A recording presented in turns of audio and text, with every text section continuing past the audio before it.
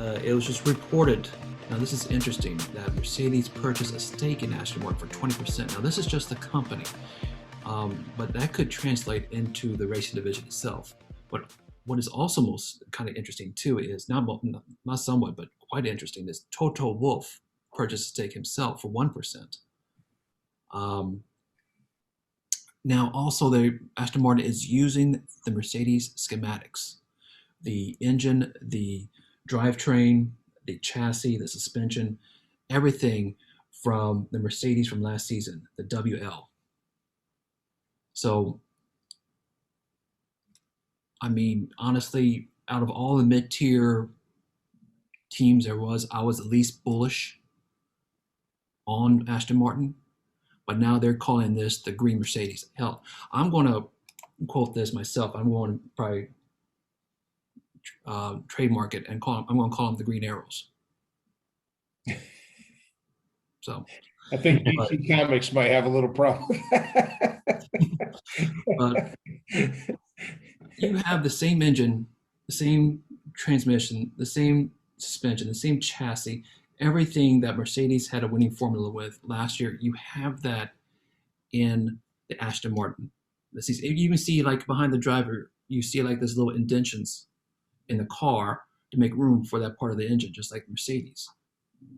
Do you see it? I mean, honestly, I'm getting more bullish. I mean, I'm not still that as bullish, but I'm still more bullish on Aston Martin hearing this information, spending the money going into this than I would, like a week or two ago.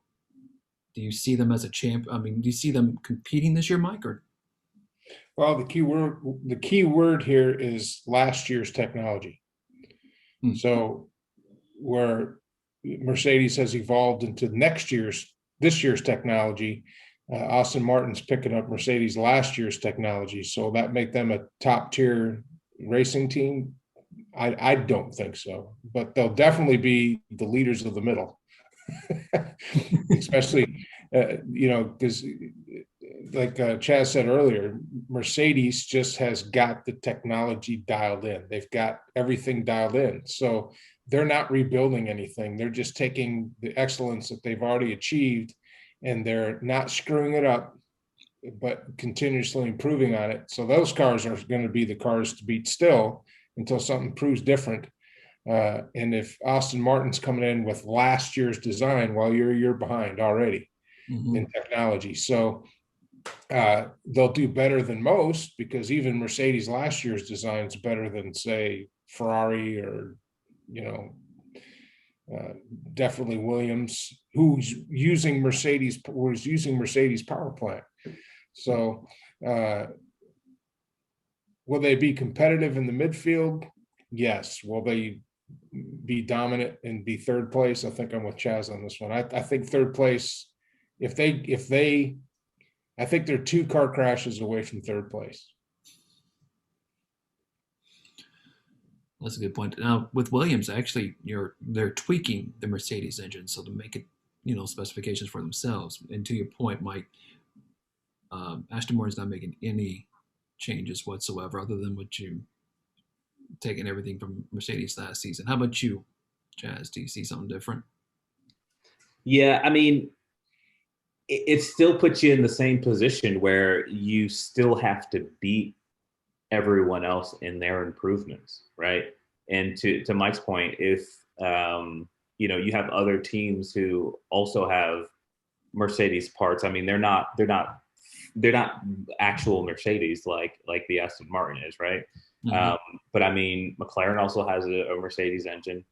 Like you said, Williams has a Mercedes engine. I mean, I guess the real question becomes, I guess, the question that we started off with, which is, hey, if you put someone else in a Mercedes, do they get Mercedes type results?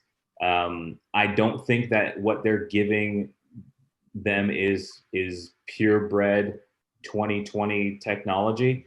Also, I mean, if you give me a cell phone, like if you give me, like you hand me an iPhone right now, right? And like, you're just like, hey, you lay out all the parts on a table.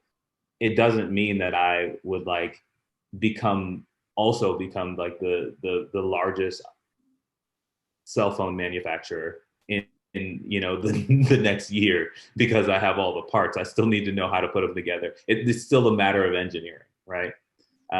So I don't think that anyone has the engineers that Mercedes has, and I still just don't really have a ton of faith in that. Actually, I won't even say that. I won't even say it's a matter of not believing in them as much as it is believing in the other teams. Like McLaren, I love Zach Brown. I love what he's doing over there. I love Lando Norris. Ricardo is the man. Like, great drivers. Red Bull is just an institution. Like they're consistently great and they're right on the cusps, right? Mercedes is Mercedes. So like, it's not even a matter of like, okay, do I think that Aston Martin is good? Sure, but as Mike pointed out, relative to what, right? Are they going to be better than McLaren? Are they going to be better than Red Bull? Are they going to be better than the Mercedes? No. And if Renault gets back on track, I mean, a couple seasons ago, they were right on pace to, well, actually they weren't on pace. They actually did what they said that they would do. They strategically had been working, and I saw this on Drive to Survive. They had a strategic plan to get to fourth place, right? Like they were like, hey, we're gonna start here in the midfield, and we're gonna work our way and get to fourth place, and that's exactly what they did in what would have been the 2018 season. And then they just fell off, right? Like they fell off course. If Renault figures it out, I mean, Renault can figure it out at any point, just like Aston Martin could, right? And I have more confidence in them being able to figure it out, having done it before, than Aston Martin figuring it out for the first time. Well, back to my original point is Mercedes is buying stake into Aston Martin. So they have. Yeah, I mean, success is, but that's the thing though. Like, because if you let's look at Haas, for example. Okay. If you look at Haas, one might ask, okay, they don't have sponsors, or their sponsors are dropping out. Why would they continue to stay in Formula One? And it's because it gives them visibility. So as a business investment, it still makes financial sense. Otherwise, they wouldn't pour hundreds of millions of dollars into it, right? So I think what we're talking about are two different things. Like it being a good business investment is not the same as winning. I guess I'm a little more bullish than you guys on Aston Martin, but we'll see. I mean, well, they're getting third now, but I mean, they may be more a top or mid-tier than people might think, but that's just me. Well, whatever success they have will be because of their drivers, not necessarily because of the car they're in, because they're still going to be a year behind Mercedes. And they still have to figure out how to use it.